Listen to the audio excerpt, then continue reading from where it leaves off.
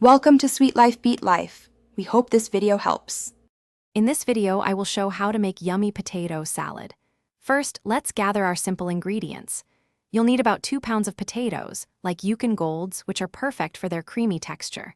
We'll also use mayonnaise, mustard, and some fresh vegetables such as celery and red onion. Don't forget fresh dill, salt, and pepper to really bring out those delicious flavors. This easy method ensures a delightful side dish every time. Now let's get those potatoes ready.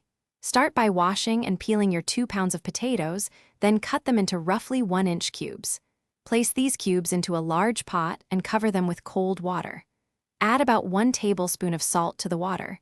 This seasons the potatoes from the inside out. Bring the water to a boil and cook for 10 to 15 minutes, or until they are perfectly fork tender but not mushy. Drain them well. While the potatoes cool slightly, let's whip up our creamy dressing. In a medium bowl, combine 1/2 cup of mayonnaise with 1/4 cup of your favorite mustard. Next, finely chop about 1/2 cup of celery and 1/4 cup of red onion, then add them to the bowl. Stir in 2 tablespoons of fresh chopped dill.